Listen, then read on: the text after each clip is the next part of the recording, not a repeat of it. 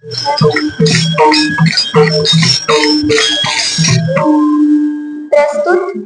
प्राप्त प्रसंगी प्राप्त स्थळी सरदवाडी या ठिकाणी एकादशी निमित्त ठेवण्यात आलेली ही कीर्तन रूपी सेवा तुम्हा श्रोते मंडळींच्या आशीर्वादाने टाळकरी, माळकरी, गावकरी, वारकरी, संयोजक, आयोजक, नियोजक, मृदुंगाचार्य, विनेकरी बाबा या सर्वांच्या सहकार्याने, तसेच मंडपाच्या आत बसलेले, मंडपाच्या बाहेर बसलेले, कीर्तनाला यायची इच्छा असून देखील घरी गॅमी खेळत बसलेले माझे बंधू भगिनी आणि मालिका बघत बसलेल्या माझ्या महामाता मावल्या या सर्वांच्या कृपा आशीर्वादाने व तसेच भांडण करणारे नवरा बायको, भांडण न करणारे नवरा बायको, आई वडिलांची सेवा करणारे, आई वडिलांची सेवा न करणारे, गावाचा विकास कशा प्रकारे होईल यासाठी झटणारे आणि गाव कसं खड्ड्यात जाईल यासाठी देखील प्रयत्न करत असणारे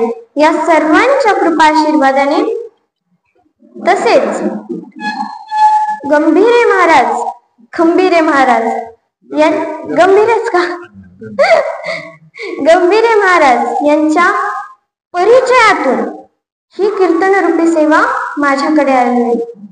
आता जाऊयामध्ये बघा माझं पहिलं कीर्तन होतं. त्या कीर्तनामध्ये मला ज्यांनी गायनाची साथ दिली तसे मात्र गंभीरे महाराज आहेत आणि आता देखील ते अगदी उत्तम प्रकारे या ठिकाणी गायनाची साथ देत आहेत, खूप छान प्रकारे गात आहेत. म्हणून या त्यांच्यासोबत या सर्वांचंच एकदा टाळ्या वाजवून आपण स्वागत करायचं.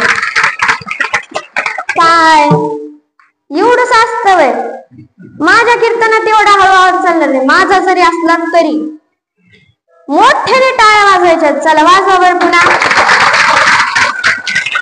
वा, म्हणजे असे गंभीर महाराजांचं त्याचसोबत तुम्ही सर्वजण टाळकरी, मृदुंगाचार बघितलं मला नवल वाटत.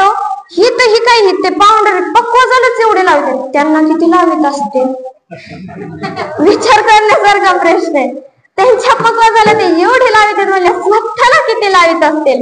चला असो, तर ही कीर्तन रूपी सेवा तुम्हा सर्वांच्या भक्तीने, प्रेमाने मी हप ईश्वरी महारुद्र नागरगोजे इयत्ता 6वी माझ्याकडे आलेले आहे. विठ्ठल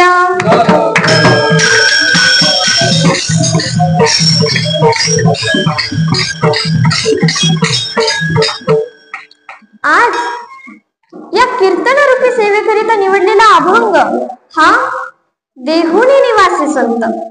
अहो, ज्यांच्या वडिलांच्या वर्ष श्राद्धाला त्यांच्या अनुस्थितीत साक्षात पांडुरंगानं येऊन त्यांच्या वडिलांचं वर्ष श्राद्ध घालावं.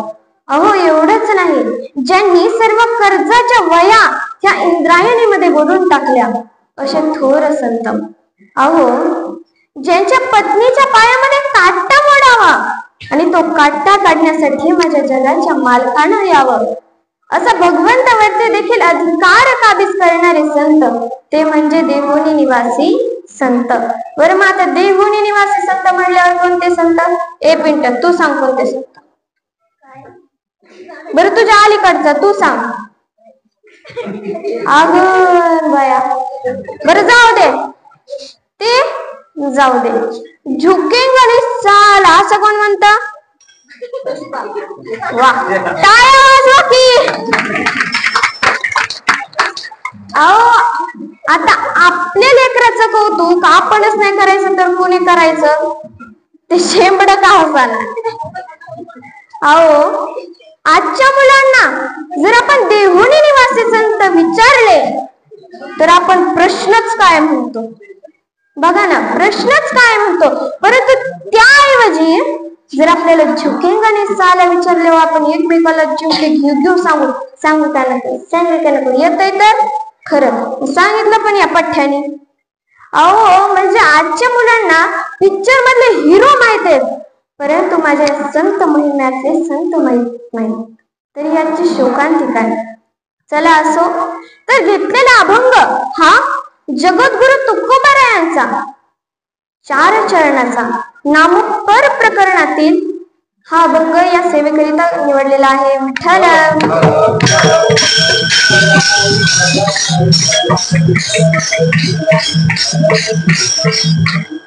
खरे तर आज एकादशी आहे. काय? एकादशी आहे आणि त्यासाठी एकादशीचा अभंग देखील तयार होतात.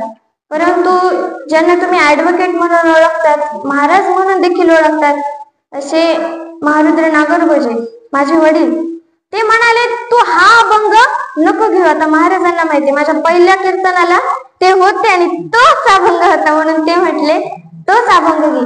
नाहीतर एकादशीचा, आज आहे एकादशी, चला जाऊ पंढरीशी, चंद्रभागे करुणी स्नान, घेऊ देवाचे दर्शन, वाळवंटी झाली दाटी आणि संत महंत होतील भेटी, तुका म्हणे पंढरपूर आहे साधू संतांचे माहेर. हा अभंग मी खरं तर निवडलेला, तसे चरण पण सोडवलेले, पण वडिलांची आज्ञा आता पाळावं लागल, म्हणून हा अभंग आजच्या सेवेकरिता निवडलेला आहे. विठ्ठल.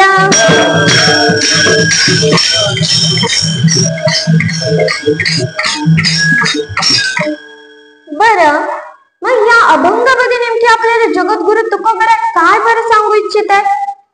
काय त्यांना सांगायचंय नेमकी अभंगाच्या माध्यमातून?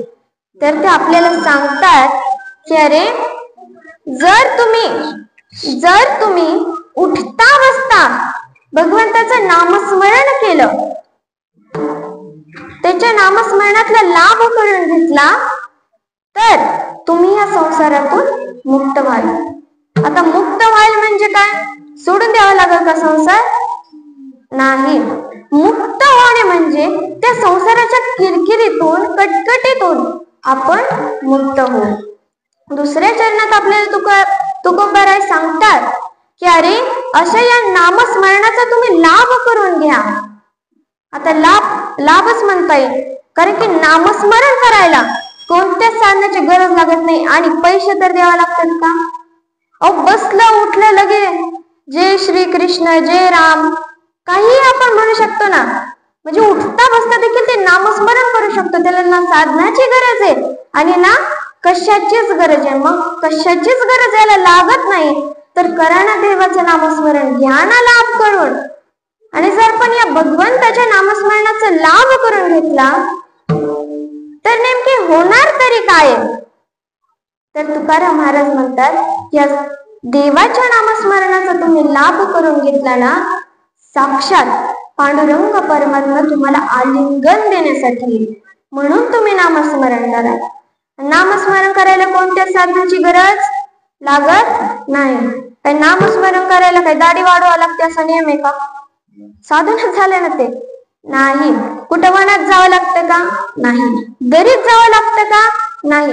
उठता बसता आपण कधीही नामस्मरण करू शकतोय, याला कोणत्याच साधनाची गरज लागत नाही. आणि हे सर्व आपल्याला तुकाराम महाराज कुचू कुचू कानामध्ये हळूहळू सांगतात का? नाही. तर ते कशा प्रकारे सांगतात? तर ते हक्का मारून सांगतात की अरे बाबांना, तुम्ही नामस्मरण केल्याशिवाय राहू नका. नामस्मरणाचा लाभ करून घ्या. नामस्मरण सतत करत राहा. विठ्ठल.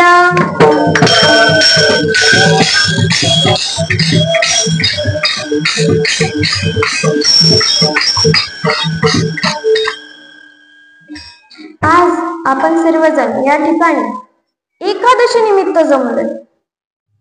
आता एकादशी आपण साजरी करतो, उपवास पण धरतो, फराळ करतो, पण कधी नीट बघितलंय का? एकादशी आली की चला उद्या एकादशी यादी करा बरं का.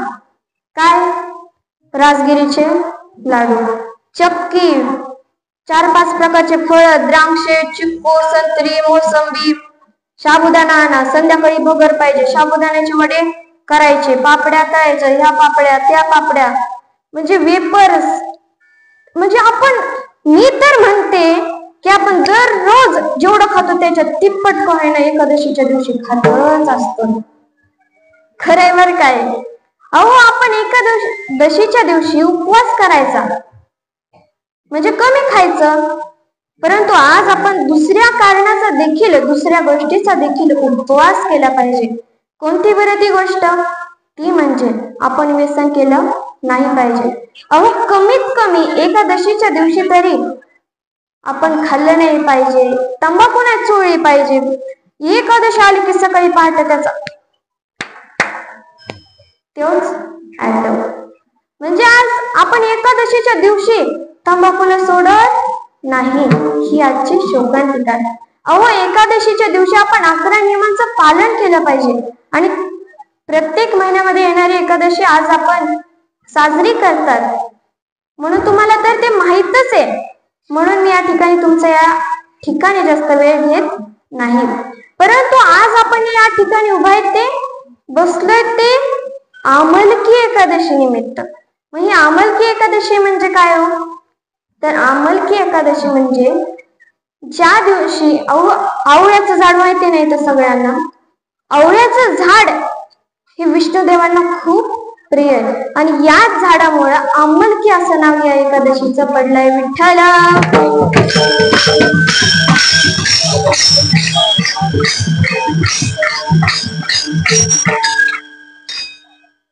आपण आपल्या अभंगाकडे वळूया. तर आज आपण नामस्मरण केलं पाहिजे. काय भेटतं नामस्मरण केल्याने? अनंत पुण्य भेटतं. आणि आज आपण नामस्मरण करायचं. हित बसलेल्यांपैकी कोणी म्हणत असेल की माझ्या नवऱ्याचं नाव राम आहे, मग मी त्याचंच नामस्मरण करणार.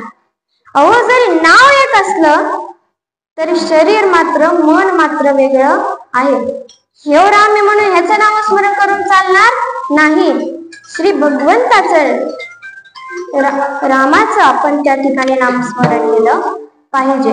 आणि नामस्मरण करून आपल्याला अनंत पुण्य लाभतं. आणि साक्षात म्हणजे आपल्याला विठ्ठल पांडुरंग असेल तो वाचवायला देखील येतो.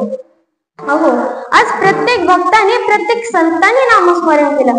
सावतामाळी अहो आहेत त्याच ठिकाणी उठता बसता नामस्मरण केलं. साक्षात पांडुरंग परमात्मा भेटायला आले. म्हणजे अनेक संत आहेत ज्यांनी नामस्मरण करून भगवंताला प्राप्त केलं. त्यापैकीच संत मीराबाई. अहो, काय संत मीराबाई होत्या हो. अगदी छोट्या वर्षाच्या, अगदी लहान. आणि त्यावेळेस त्यांनी सहज एक लग्नाची वरात तिथून जाताना पाहिली. मग लगेच आई जवळ गेले आणि म्हणाले, आई माझा पती कोण होणार ग? आता लहान काय कळत आहे त्यांना. सहज मीराबाईच्या आईंनी श्रीकृष्णाच्या एका मूर्तीकडे मात्र बोट केलं. ते म्हणाले, हा होणार तुझा पती आणि हा तुझा पती आहे. डोक्यात बसलं की अरे श्रीकृष्ण म्हणजेच आपले पती. मग ते त्यांचंच नामस्मरण करीत, त्यांना सकाळी उठल्यावर त्या जेवायच्या आधी त्यांना भोग अर्पण करीत, त्यांना खूप जपत त्या मूर्तीला. परंतु त्याच काळामध्ये एका दिवशी एका ब्राह्मणाने, एका मुनीने त्याच्या हातामध्ये एक अतिशय सुंदर, खूप सुंदर अशी श्रीकृष्णाची मूर्ती होती. ती पाहिल्यावर मात्र मीराबाईला त्याचा मोह आवरला नाही. त्या पळत धावत त्या ठिकाणी गेल्या आणि त्यांनी ती मूर्ती घेतली. ते म्हणाले, ही मूर्ती मला माझ्याजवळ ठेवू द्या, मला ही मूर्ती खूप आवडली आहे.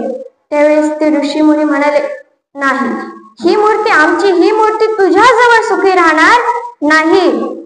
ही मूर्ती माझी आणि मीच ठेवणार. हे सगळं पाहिल्यावर मीराबाईंना अतिशय वाईट वाटलं. नंतर त्या पाठलाग करत त्यांच्या घरापर्यंत देखील गेल्या. त्या ठिकाणी गेल्यावर त्यांनी मूर्तीची विचारणा केली, परंतु त्या साधूंनी ती मूर्ती द्यायला नकारच दिला. आणि त्यांनी त्या मूर्तीच्या जागेवर ती मूर्ती मात्र ठेवून दिली. परंतु त्यांनी जसं पाहिलं की अरे या मूर्तीच्या डोळ्यातून, मूर्ती आहे तरी डोळ्यातून अश्रू वाहत आहे, कसं काय ते म्हणले, अरे खरंच ती मुलगी म्हणत होती काय तिच्याजवळ सुखी राहू शकते का ही मूर्ती, मग आपण द्यायलाच पाहिजे. आणि बाहेर मीराबाई होत्या. ते म्हणाले, धर ही मूर्ती. आणि त्यांनी त्या ठिकाणी ती मूर्ती संत मीराबाईंना देऊन टाकली. त्या मूर्तीशी मीराबाईंचा एवढा लगाव झाला, त्या प्रत्येक वेळेस त्या मूर्तीला सोबत ठेवत. कोणतंही काम असू द्या, मूर्तीला त्या सोडतच नव्हत्या. आणि असंच मोठ्या झाल्यानंतर त्यांचा भोजराज नावाच्या एका राजकुमाराशी विवाह झाला. परंतु विवाह होऊन देखील त्या श्रीकृष्णालाच पती मानत. त्यामुळे की शरीराने जरी मी भोजराजची पत्नी असले तरी मनाने मात्र मी माझ्या श्रीकृष्णांची. आणि ते श्रीकृष्णाचंच नामस्मरण करीत श्रीकृष्णाच्या मूर्तीजवळच कायम राहत. आणि हे मात्र काय भोजराजला आणि मीराबाईंचा धीर विक्रमादित्याला आवडत नव्हतं. आणि अशाच एका युद्धामध्ये भोजराज हा मारला गेला.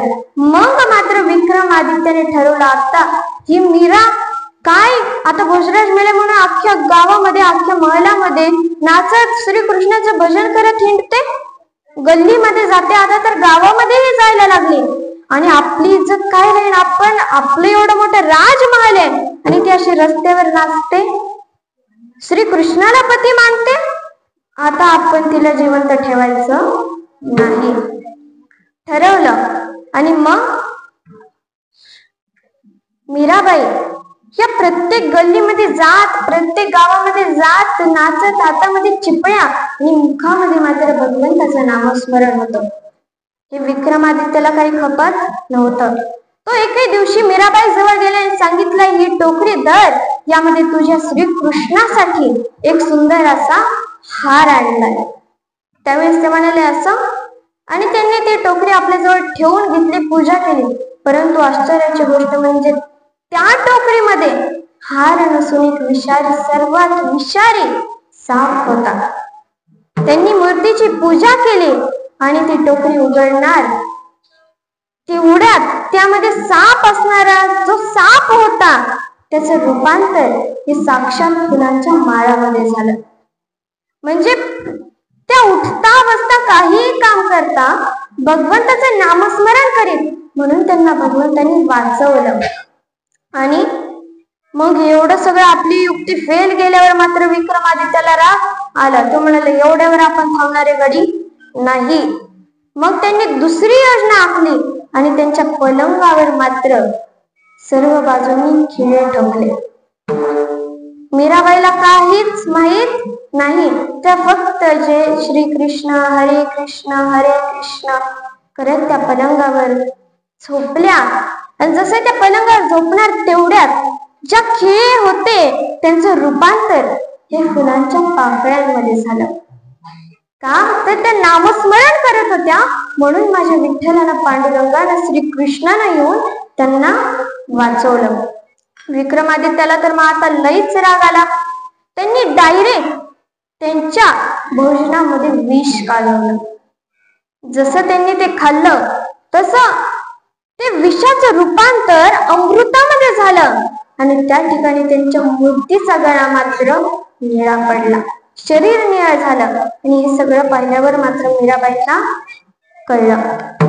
त्या ते सोडून ते वृंदावनला गेल्या आणि त्या ठिकाणी त्या कृष्ण भक्तीमध्ये लीन होऊन 24 घंटे भगवंताचं नामस्मरण करत होत्या.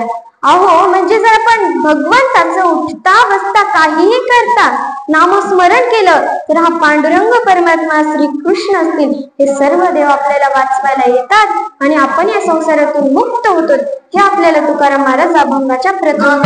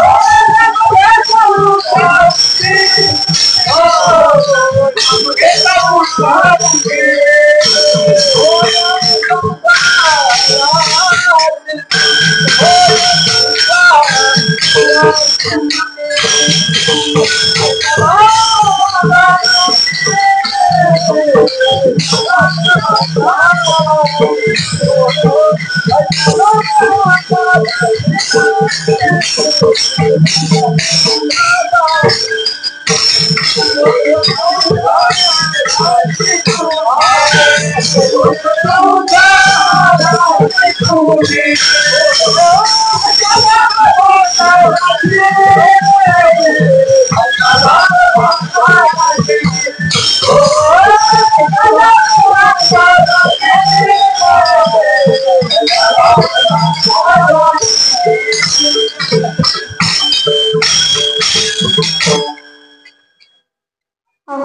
आज जर आपण नीट निरीक्षण करून पाहिलं या संसारामध्ये, तर आज कोणावरती विश्वास नाही आणि भाव मात्र नाहीच नाही. भाव म्हणजे काय बरं? प्रेम, श्रद्धा, आपुलकी, आणि ही आज कोणामध्येच राहिलेली नाही. अहो, आज सख्खा भावाभावांमध्ये किती वाद उडालेत. अहो, जर इकडं हा भाव पंढरपूरच्या दिंडीत गेला तरी आजचा हा दुसरा भाऊ त्याच्या विहिरीतलं पाणी उपशितो, त्याच्या बांधाला झुडूप ठेवीत नाही.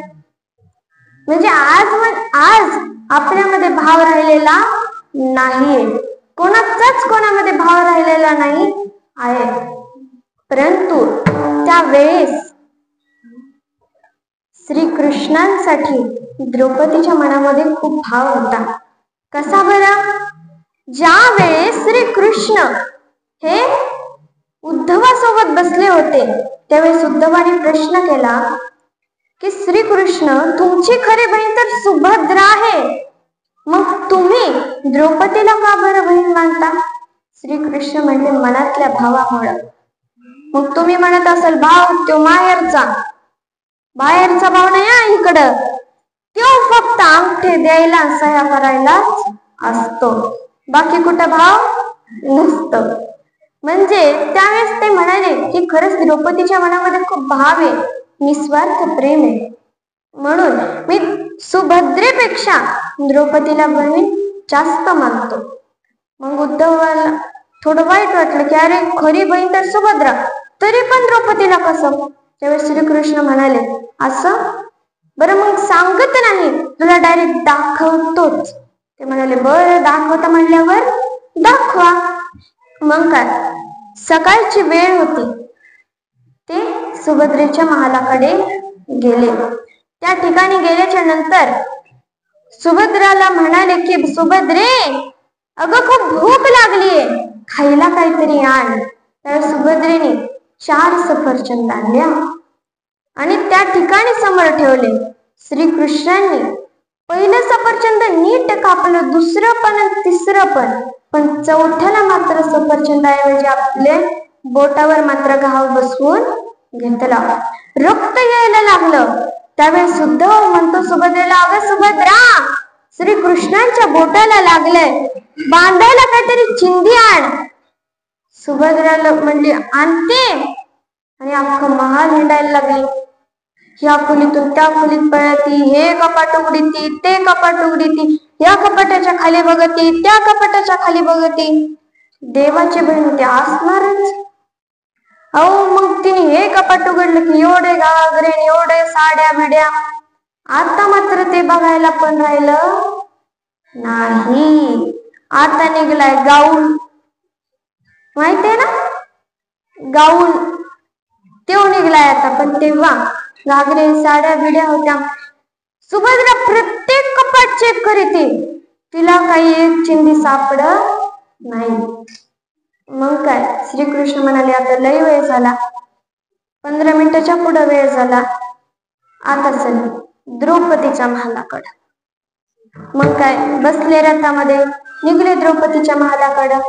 आता सकाळची वेळ होती म्हटल्यावर द्रौपदी मात्र सूर्याला नमस्कार घालीत, हातामध्ये सोन्यात चांदीचं ताट होतं, तुळशीला पाणी घालीत होती. आणि तेवढ्यात श्रीकृष्ण आणि उद्धव येताना दिसले. बाल्कनीतच होती. श्रीकृष्ण आणि उद्धव येताना दिसले. आनंद झाला आणि पाहते तर काय, खरे श्रीकृष्णांच्या तर बोटाला लागले, रक्त येते. त्यावेळेस द्रौपदी मातेने हातामध्ये असणारं सोने चांदीचं ताट हे इकडं ना तिकडं फेकून दिलं. पळत धावत खाली आली आणि आपला पदर घेतला, पदराची एक चिंधी फाडली आणि श्रीकृष्णांच्या बोटावर बांधली. त्यावेळेस उद्धवाला मात्र कळलं की अरे जर आपल्याला कोणतंही नातं जर टिकवायचं असेल ना तर मनामध्ये भाव नावाची गोष्ट लागते. विठ्ठल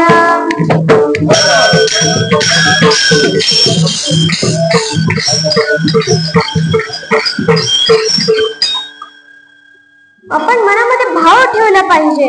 निस्वार्थ प्रेमाने मनामध्ये भाव ठेवूनच भगवंताचं नामस्मरण केलं पाहिजे. अहो नामस्मरणाचं आपण गाठोडं बांधलं पाहिजे. पण आताचे गाठोडे कशाचे? पैशाचे, सोन्याचे, चांदीचे, कपड्याचे, आपण ह्याचे गाठोडे बांधतो. म्हणजे यामध्ये आपण राहतो, परंतु भगवंताचं नामस्मरण मात्र करत नाही.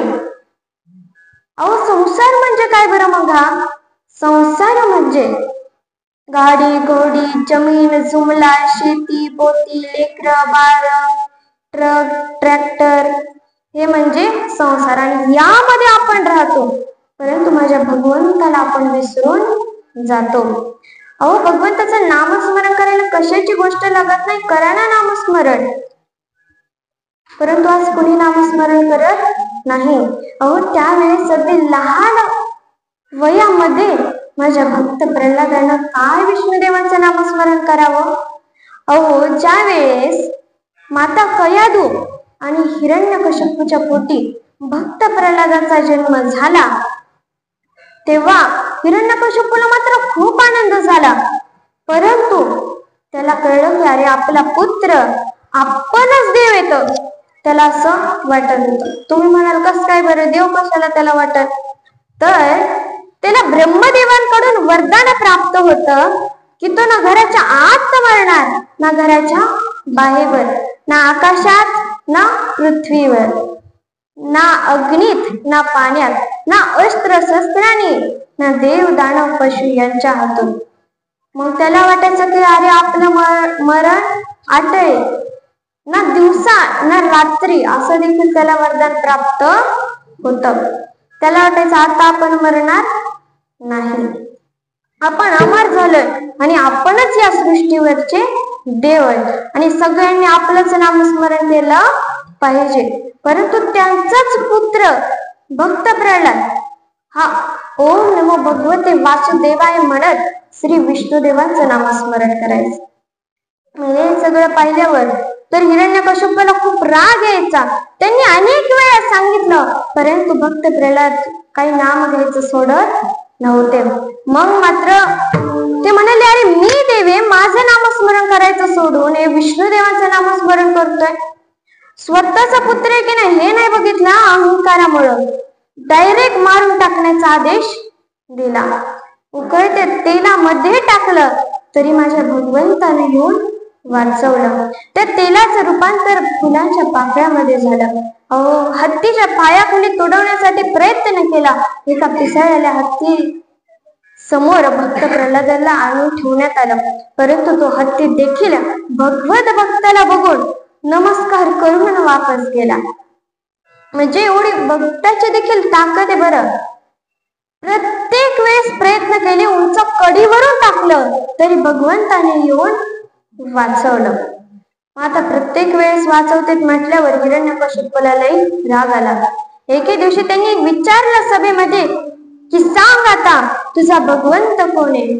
त्यावेळेस मात्र भक्त प्रल्हाद म्हणतात की माझा भगवंत माझा आराध्य हा माझ्या समोर आहे. त्याच्या समोर तर होता हिरण्यकश्यपू. ते म्हणाला की माझा आराध्य प्रत्येक कणाकणामध्ये सामावलेला आहे. माझा देव प्रत्येक ठिकाणी. हिरण्यकश्यपूला वाटलं त्याला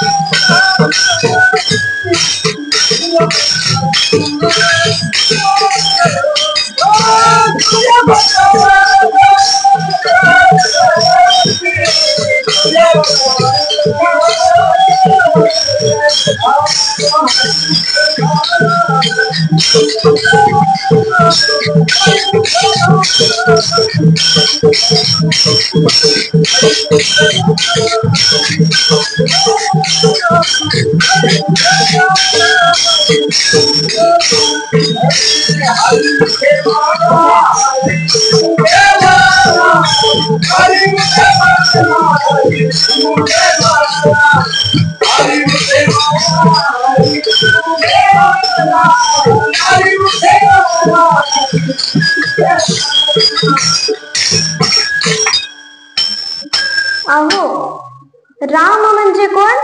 परमात्मा, आणि तो सर्व ठिकाणी आहे, प्रत्येक कणाकणामध्ये सामावलेला आहे, असं देखील भक्त प्रल्हाद हिरण्यकश्यपूला सांगत होते. हिरण्यकश्यपू म्हणाले, त्याच्या समोर मीच आहे. म्हटलं, मलाच म्हणतोय काय नो? परंतु ते म्हणाले, ते म्हणजे, भक्त प्रल्हाद म्हणतात, ते म्हणजे माझे श्रीहरी विष्णू. मग काय, हिरण्यकश्यपूला एवढा राग आला, त्याने सांगितलं की असं ना, तुझा विष्णू सगळ्या ठिकाणी आहे ना, तर सांग त्या खांबामध्ये आहे का?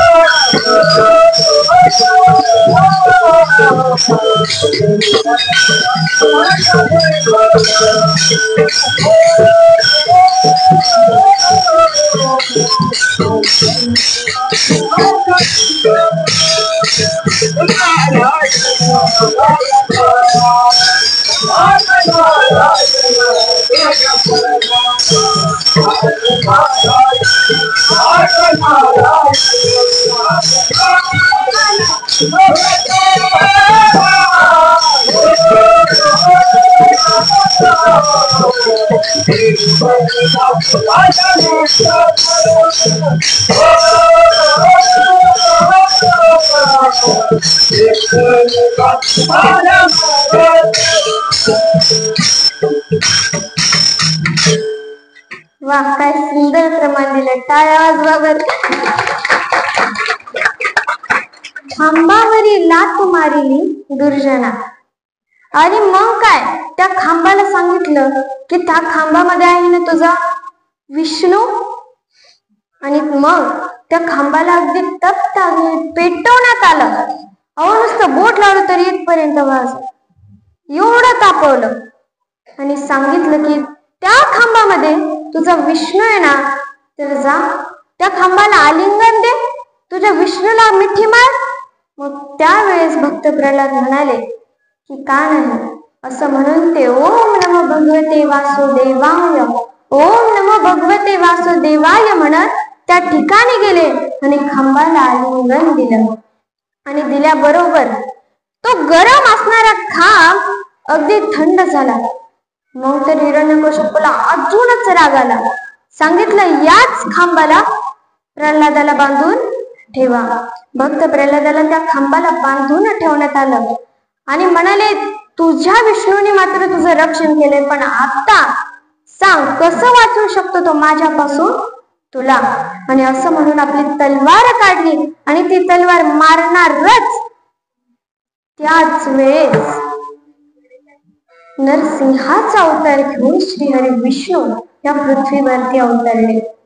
त्या ठिकाणी तुम्ही म्हणाल, जरी ते नरसिंहाचा अवतार घेऊन अवतरले असतील, परंतु वध तरी कसा केला? वरदान प्राप्त होतं ना घराच्या आत, ना घराच्या बाहेर, ना जमिनीवर, ना आकाशात, ना दिवसा, ना रात्री, ना अस्त्रशस्त्रांनी, ना देवदान पशु यांच्या हातून वरदान प्राप्त होतं. मारलं कसं? त्यावेळेस नरसिंहाचा अवतार घेऊन विष्णुदेव आले आणि त्यांनी ना आकाशात ना जमिनीवर आपल्या मांडीवर मारलं. ना घराच्या आत ना घराच्या बाहेर, बरोबर उंबऱ्यावर मारलं. ना अस्त्र शस्त्रांनी, तर त्यांच्या नरसिंहाचा अवतार म्हणजे नख तर असणारच, नखांनी मारलं. आणि ह्या देव दानव पशु यांच्या हातून म्हटल्यावर त्यांनी नरसिंहाचा अवतार घेतलेला. अर्धे देव, अर्धे पशु आणि अर्धे मानव, आणि अशा प्रकारे अवतार घेऊन त्या ठिकाणी हिरण्यकश्यपूचा वध केला. म्हणजे जर आपण नामस्मरणाचं गाठोड जवळ ठेवलं, नामस्मरणाचा लाभ करून घेतला, तर खरंच हा पांडुरंग परमात्मा आपल्याला वाचवायला हा नक्की येतो. हे तुकाराम महाराज अभंगाच्या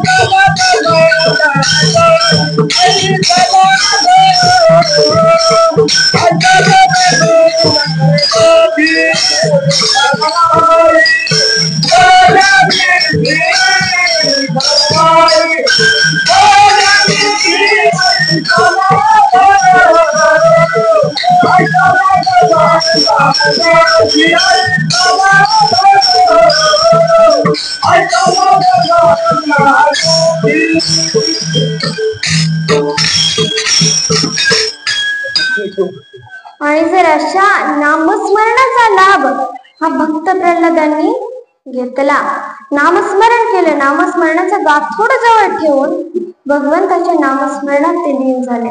आणि म्हणूनच साक्षात श्रीहरी विष्णूंनी नरसिंहाचा अवतार घेऊन भक्तासाठी वेगळे अवतार घेऊन त्या ठिकाणी येऊन हिरण्यकश्यपूचा वध केला आणि भक्त प्रल्हादांना मात्र आलिंगन दिला.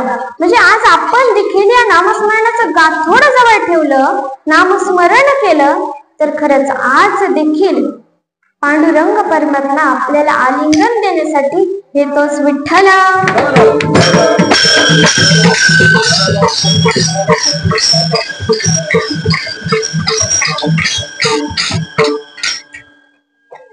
आज आपण पाहतो की आज प्रत्येक व्यक्ती काही ना काही कामामध्ये तर व्यस्त असतो, परंतु त्याचबरोबर तो प्रत्येक गोष्टीचा शब्दशः अर्थ घेतल्याशिवाय राहत नाही. परंतु काही काही त्यातले असते, सगळं नाही बर का. तो म्हणतात मला म्हणलं काय सगळं म्हणलं, काही काही काही असे थोर व्यक्ती असतात ज्यांना शब्दशः अर्थ कळत नाही. अहो असाच एक पिंट्या उन्हात उभा राहिला. आता उन्हाळ्याचे दिवस सुरू आहेत म्हणून सांगत, उन्हात उभा राहिला. त्याची आई म्हणली, का रे बाळा उन्हात का उभा राहिलायस? तो म्हणाला, अगं आई दिसत नाही का खूप घाम आलाय आणि तोच मी या उन्हामध्ये उभा राहून वाळवतो. आता पुढं काय बोलावं? उन्हात उभं राहून घाम वाळवायला निघाला हा गडी. आणि लहान मुलांचं तर सोडाच हो, लहानांपासून मोठ्यांना पण काही काही अर्थ कळत नाही. एक गडी दररोज सकाळी आणि संध्याकाळी शुगर म्हणजे साखर खायचा. सकाळी 1 चमचा, संध्याकाळी 1 चमचा साखर खायचा. त्याची बायको म्हणली, काय धोरणे, 1 दिवस झालं बघते, 2 दिवस झाले बघते, लय झालं 3 बघते, आज पण सकाळी साखर खाल्ली. विचारावंच लागल. जवळ गेली, विचारली, का हो, 3-4 दिवस झाले मी बघते तुम्ही दररोज सकाळी संध्याकाळी साखर खाताय, याच्या आधी तर कधी खाताना दिसला नाही, मग आत्ताच काय झालं तुम्हाला? तेव्हा म्हणाला की अगं मी नाही सांगणार, आता नंतर सांगतो. ती म्हणली, नाही सांगायचं म्हणजे सांगायचं आता. तेव्हा म्हणाला, संध्याकाळ झाली, मी साखर खाऊन येतो मग सांगतो. मग काय त्यावेळेस ती बायको म्हणाली, बघा भाऊ तुमचं काय असलं तरी या. आला बसला, म्हणतो की अगं मला डॉक्टरांनी सांगितलंय शुगर आहे आणि म्हणून मी साखर खातोय कमी होण्यासाठी, म्हणजे वाढण्यासाठी. हो गे. तर म्हणलं की अरे मला डॉक्टर म्हणले शुगर कमी आहे तुमची, म्हणून मी या ठिकाणी दररोज सकाळी संध्याकाळी साखर खाते, म्हणजे असले काही असते. तर कळलं नाही का तुम्हाला? नाही कळलं? बरं जाऊ दे, तुमच्यासाठी अजून एकावर एक फ्री देते. एका पठ्ठ्याला इंचू चावला. इकडे इंचू माहितीये ना, एवढा असतो इंचू, माहितीये ना? माहितीये ना? नाही, नेमकी विंचूच माहित नाही का? एवढा नसतो, एवढा नसतो. मग एवढा तर असनच. मग एवढा नाही बाई आजोबा, एवढा नाही. मग किती असतं सांगा बरं तुम्हीच. माहित नाही? केवढा असतो इंचू? एवढा. आणि मग एवढा असणारा विंचू एका माणसाला चावला, आणि विंचू चावले माणूस किती खुद हसत की नाही? हा, हसत नाही वय खुद. मग काय करत? मी तर हसण्यावरच होते. काय होत? रडत, वेदना होत्या. मग अशाच एका माणसाला विंचू चावला. मग आता त्याला तरी वेदना व्हायला लागल्या. हसत नव्हता होते, नाहीतर तुम्ही म्हणता हसत होता वाटतं. नाही, रडत होता, वेदना होत होत्या. म्हणून डॉक्टरांकडं गेला. त्या ठिकाणी गेल्याच्या नंतर डॉक्टरांनी त्याला इंजेक्शन दिलं. त्या ठिकाणी सगळं पाहिलं आणि नंतर सोबत 2 बँडेज पट्ट्या दिल्या आणि सांगितलं, घरी गेल्यानंतर ज्या ठिकाणी तुम्हाला विंचू चावलाय त्या ठिकाणी बँडेज पट्ट्या चिटकवा. मग काय घरी आला आणि विचारतोय, गंगे गंगे, मला विंचू कुठे चावला ग? ती लय हुशार होती. आता बायको म्हणले ह्याच्या दुप्पटच असणार. ते म्हणाले, एवढं ध्यानात नाही करत, आतल्या भिंतीत डाव्या कोपऱ्यात. हा शहाणा तिकडे गेला आणि त्या भिंतीच्या त्या डाव्या कोपऱ्यामध्ये जाऊन बँडेज पट्टी चिटकवीत बसला. आता कळलं वाटतं. अहो म्हणजे अशातले काही जण असतात. त्याला कुठं सांगितलेलं बरं हसलं म्हणजे तुम्हाला कळलं. बरं सांगा बरं, नेमकी त्याला खरं कुठं बँडेज पट्टी चिटकवायला लावली होती? त्याला तर त्या डाव्या कोपऱ्यातच विंचू चावलेलं, म्हणजे बरोबर आहे का? नाही. तर त्याला ती बँडेज पट्टी ही शरीरावर ज्या ठिकाणी विंचू चावला त्या ठिकाणी चिटकवायला दिली होती, परंतु हा महा प्रताप व्यक्ती त्या भिंतीला बँडेज पट्टी चिटकवीत बसला. म्हणजे आज देखील आपलं तसंच होईल. मी दुसरं सांगते, तुम्ही दुसरं ऐकताना असं करू नका विठ्ठल विठ्ठल.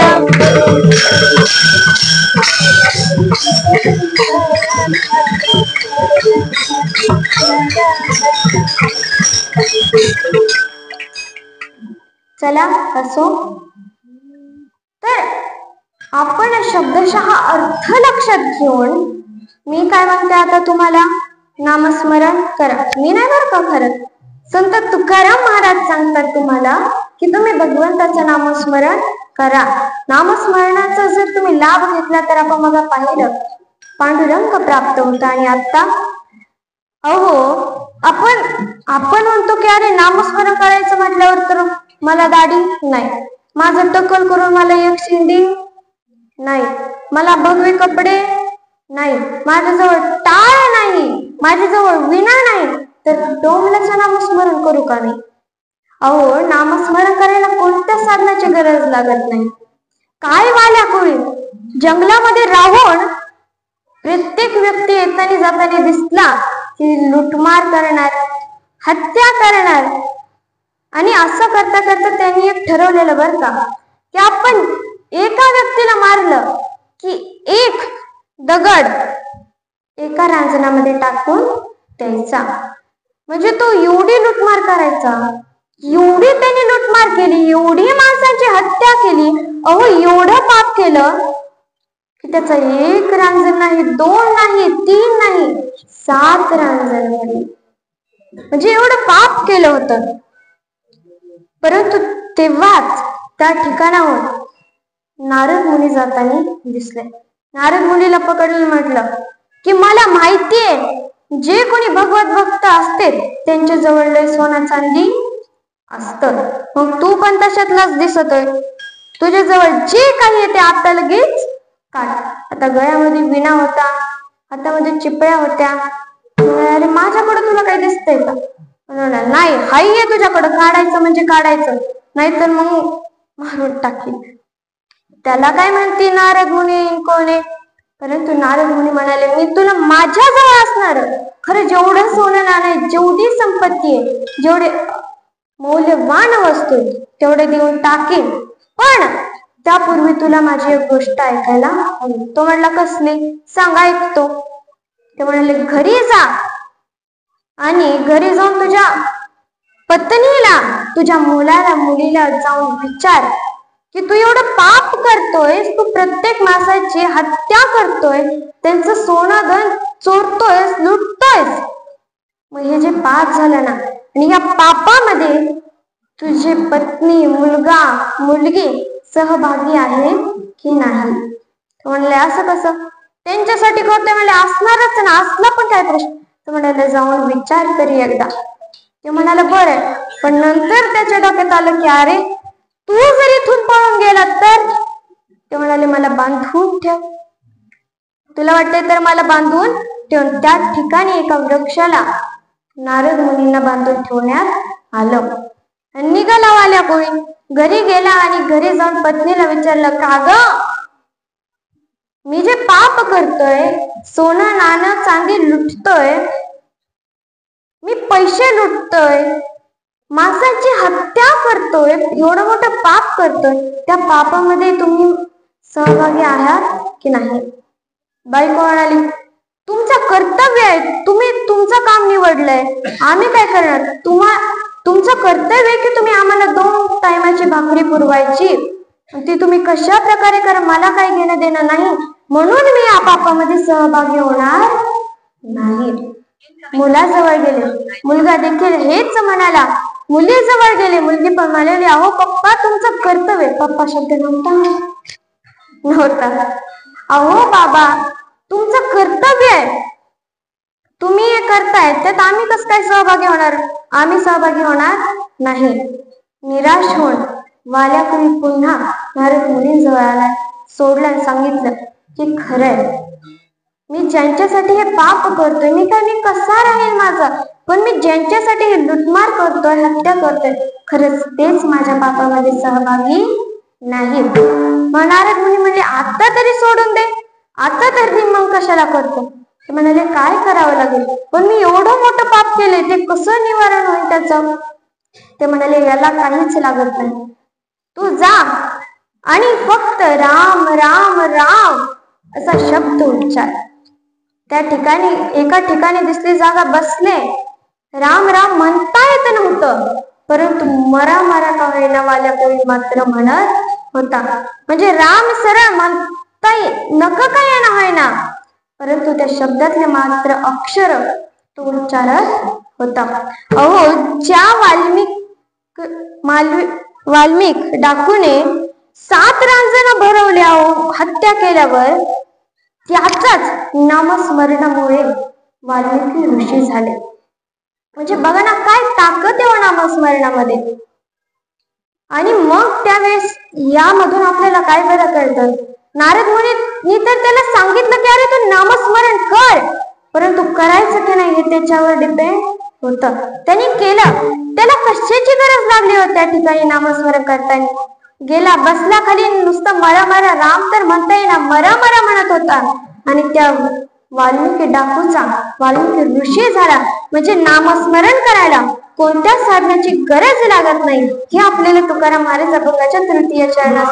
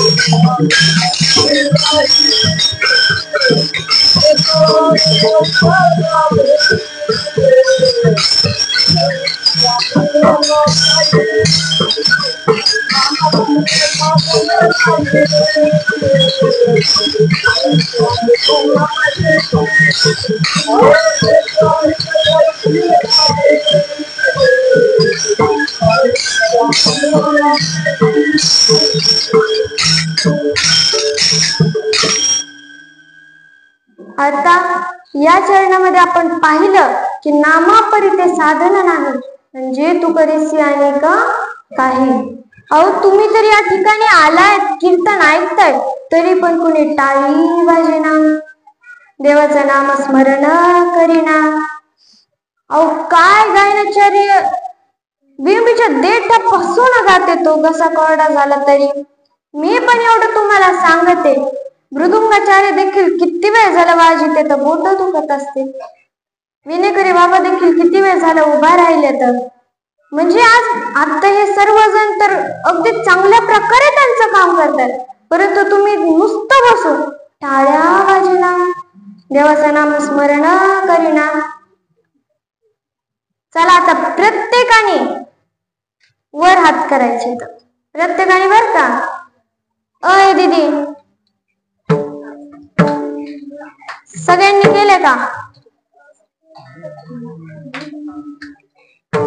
आता प्रत्येकाने मोठ्या आवाजामध्ये आत्ता का होईना भगवंताचं नामस्मरण करायचंय. विठोबा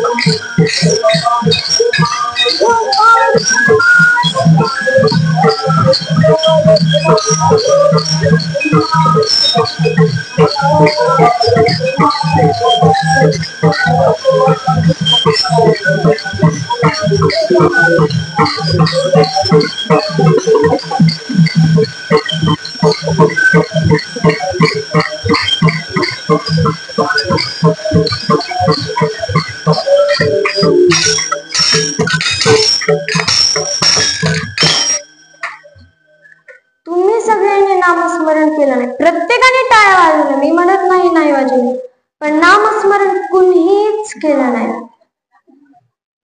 अहो आता मला सांगा, तुम्ही जेवताना जर तुम्ही तोंडच उघडलं नाही, म्हणजे नामस्मरण केलं नाही, तोंडच उघडलं नाही, नुसतं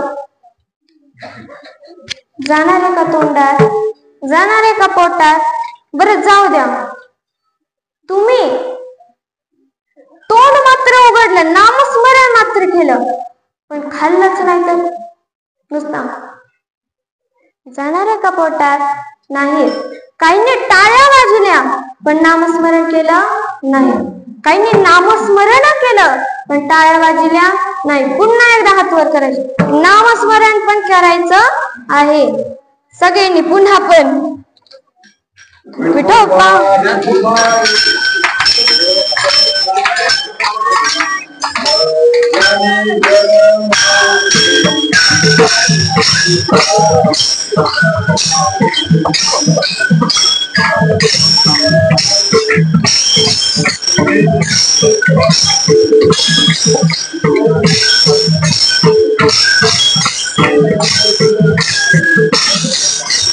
बोला कुंडलिक वरदे हरी विठ्ठल श्री ज्ञानदेव पंढरीनाथ भगवान की जय, ज्ञानेश्वर महाराज की जय, सद्गुरु तुकाराम महाराज की जय.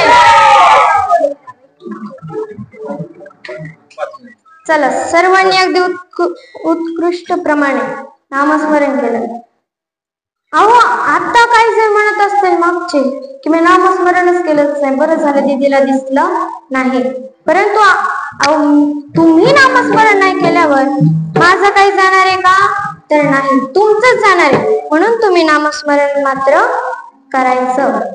अहो आज जर आपण पाहिलं की प्रत्येकामध्ये क्रोध आहे, राग आहे, द्वेष, आणि यामुळे होतो तो वादविवाद. आता वादविवाद व्हायला काही लागतं का, नाही. मनामध्ये राग आला, ह्यानी दोन शब्द बोलले की त्याने त्याला उलटून दोन शब्द बोलायचे. अहो वाद होतो दोन माणसांमध्ये. आता मला सांगा, एका हाताने टाळी वाजते का, नाही. भांडण करणारे दोन्ही बाजू मात्र जबाबदार असतात. म्हणजे आज प्रत्येक जण कुणीच माघार घ्यायला तयार नाही. थोडं कोणी बोललं की लगेच सांगणार, लगेच उलट बोलणार, लगेच दगड उचलणार. मनामध्ये शांती नावाची तर आपली गोष्ट नाहीच नाही. अहो वादविवाद कशाला करता, कशाला वाईट मार्गाला जाता. अहो संत रामदास एका ठिकाणी म्हणतात, जनी वाद विवाद सोडून द्यावा, जकी सुख संवाद सुखे करावा, जनी तोची शोक संताप पहारी, तुटे वाद संवाद तो हित काढे. म्हणून तुम्ही वादविवाद करूच नका, आणि जरी झाला तरी मिटवा, कारण ते तुमच्या हिताच आहे. मनामध्ये शांती ठेवा, उगाच कोणाला पलटून बोलू नका. अहो काय एकनाथ महाराज, काय मनामध्ये शांती होती. ज्या वेळेस सर्व गावकऱ्यांना कळलं की अरे एकनाथ महाराजांना शांती ब्रह्म ही पदवी प्राप्त आहे, परंतु आपण मात्र त्यांना क्रोध आणून दाखवायचाच, राग आणायचाच. ते म्हटले की अरे मग करायचं काय. आता ब्राह्मण लोक एका कट्ट्यावर बसले होते, काही दुष्ट जण असते कोणी बसले होते आपल्या देवाच्या कट्ट्यावर. तिथून एक वयस्कर एक म्हातारा जाताना दिसला. त्यांनी पाहिलं की अरे हा खूप चिंतित आहे. मग एकाला एक युक्ती सुचली. त्यांनी ठरवलं की आता याच्यामुळेच आपण एकनाथ महाराजांना मात्र राग आणायचा. मग काय त्यांनी विचारलं की का हो बाबा एवढे चिंतित का? ते म्हणाले अहो काय सांगू, माझ्या पोरीचं लग्न आहे, फक्त 200 रुपयाची कमी आहे हो, बाकी माझ्या पोरीचं लग्न खरंच चांगल्या प्रकारे होईल. ते म्हणाले असं तुम्हाला 200 रुपये लागतायत ना, आम्ही देऊन टाकू तुम्हाला, पण तुम्हाला आमचं एक काम करावं लागल. ते म्हणाले कोणतं काम? त्यांनी सांगितलं की असा असा एकनाथ नावाचा महाराज इथं राहतो, त्याला तुम्ही राग आणून दाखवायचंय आणि जर त्याला राग आलेला आम्हाला दिसलं तर आम्ही तुम्हाला 200 रुपये देऊ. ऐकलं गेले. एकनाथ महाराजांचं घर दाखवलं. घरामध्ये गेलं. सकाळची वेळ होती. एकनाथ महाराज मात्र पूजा करत होते. असे देव धुतले आणि पाटावर मांडणारच तो बाबा, तो महाराज त्या ठिकाणी आला, तेही बिना चप्पल बाहेर काढता. आतमध्ये आला जोडवे घालून. हे एकनाथ महाराजांना मात्र कळत. त्याला वाटलं अरे आपण जोडवे घालून आतमध्ये आलोय, मग आता ह्याला तर राग येईनच. परंतु एकनाथ महाराज म्हणाले का हो आमच्या बेटीसाठी एवढे व्याकुळ झालात की हो तुम्ही तुमचे जोडवे काढायचे देखील विसरलात. थांबा मी तुमचे जोडवे काढून ठेवतो. मग काढलं. त्याला म्हटलं अरे कसला माणूस आहे, मी एवढे चप्पल आतमध्ये घालून आले तरी मला म्हणतोय असं. ते म्हणाले काही नाही, आता दुसरी काहीतरी करू. 200 रुपये पाहिजे होते त्याला. ज्या ठिकाणी एकनाथ महाराज देवपूजा करत होते, ज्या पाटावर ते देवाला ठेवणार होते, त्या पाटावर मात्र हा माणूस जाऊन बसला. त्याला वाटलं अरे देवाच्या पाटावर बसले म्हणल्यावर ह्याला तर राग येईनच. पण उलट झालं. त्यांनी तर उलट फुलं पाणी पायावर टाकून, फुलं टाकून पाय धुतले, त्याची पूजा केली. मग ते म्हणाले अरे कसला माणूस आहे, काही केलं राग येईना, आता करायचं तरी काय? ते म्हणले अरे 200 रुपये तर पाहिजेच आहेत, काहीतरी मात्र करावं लागणारच आहे, पण करायचं काय आठवत नव्हतं. पण तेवढ्यात एकनाथ महाराज म्हणतात की अगं आपल्या घरी जेवायला थोर व्यक्ती आलेत, त्यांना जेवण्यासाठी काहीतरी पदार्थ बनव. ती म्हणाली बर आहे. आणि मग त्या ठिकाणी राजाई मातेने आपल्या पुरणपोळीचा स्वयंपाक केला आणि वाढण्यासाठी त्या आल्या, वाढू लागल्या. त्यावेळेस मात्र त्याला काही सुचत नव्हतं. त्याने पाहिलं की अरे ह्याची बायको, म्हणून तो राजाई मातेच्या पाठीवर जाऊन बसला. त्याला वाटलं अरे एवढं केलं, बायकोच्या पाठपोळे बसले म्हणलं तर राग येणच. परंतु उलटच झालं. एकनाथ महाराज म्हणाले की अगं वाढायचं तरी मी वाढतो, परंतु पाठीवरती लेकरू बसले, पडू देऊ नको, त्याला सांभाळ. त्यावेळेस राजाई माता म्हणाले अहो असं काय बोलताय, या माऊलीने 4 लेकरं सांभाळत आणि हे तर एकटच आहे, नाही पडून देणार खाली. मग हे पाहिल्यावर मात्र त्याच्या डोळ्यातून काय अश्रू अनावर होईना. त्यांनी एकनाथ महाराजांचे पाय धरले आणि म्हणाला की मी चुकलो, मला माफ करा. मला वाटलं तुम्हाला एवढं केलं म्हणलं राग येईन आणि मला असं असं सांगितलं होतं, मला 200 रुपये पाहिजे होते म्हणून मी असं केलं, मला माफ करा. त्यावेळेस एकनाथ महाराज म्हणाले अरे जर तुला 200 रुपये पाहिजे होते तर मी तुला 500 दिले असते, पण असं तू करायला पाहिजे नव्हतं. पण ते म्हणाले आता मी तुला 500 रुपये देईन, पण आता मी सांगतोय तसं मात्र तू करायचंच. ते म्हणाले बरं सांगा महाराज. ते म्हणले आता बाहेर मला माहिती येऊन येत काही जे काही वाईट माणसं आहेत ते बघतायत की मला राग आला की नाही, आणि मी त्यांच्या समोर मला राग आलाय असं दाखवण, आणि मग बघूत आपण पुढची मज्जा. मग काय आले बाहेर, जोळी होती त्यांच्या जवळची ते त्यांच्या अंगावर टाकली, सांगितलं की काय घरामध्ये आलात ते आलात, जोडवे घालून आलात, पुन्हा माझ्या भगवंताच्या पाटावर बसलात, आणि एवढंच नव्हे तर माझ्या बायकोच्या देखील पाठपोळीवर बसलात.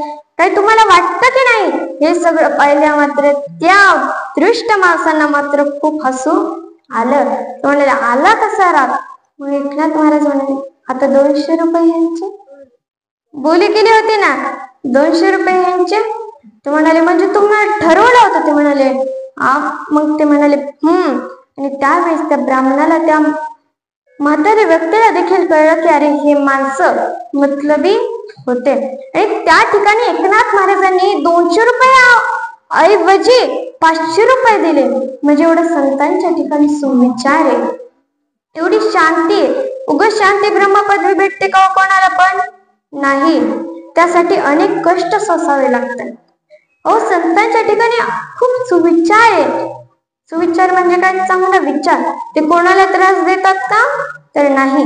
हे आपले ज्ञानेश्वर माऊली सांगतात की अरे चंद्र तेथे चंद्रिका, शंभू तेथे अंबिका, संत तेथे विवेका असणे केजे. म्हणजे ज्या ठिकाणी संत आहे त्या ठिकाणी विवेक मात्र असणार आहेच, आणि ज्या ठिकाणी विवेक आहे त्या ठिकाणी मात्र संत आहेतच आहेत. म्हणून आपण देखील मनामध्ये सुविचार ठेवा, चांगल्या वागा. विठ्ठल विठ्ठल.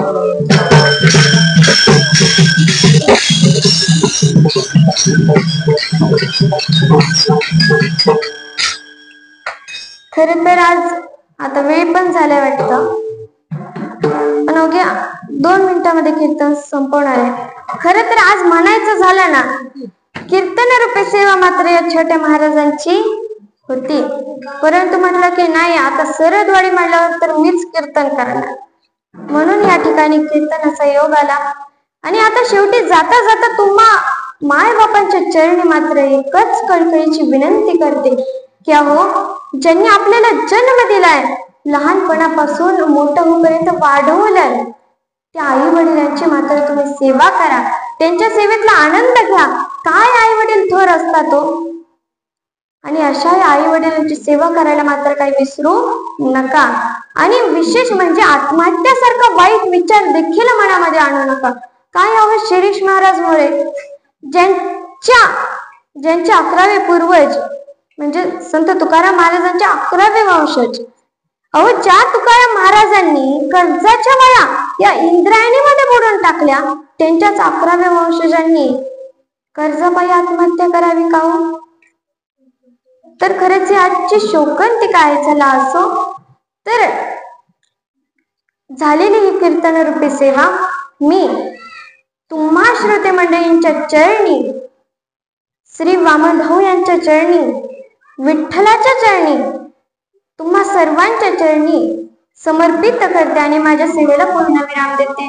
ज्ञानेश्वर विठ्ठल.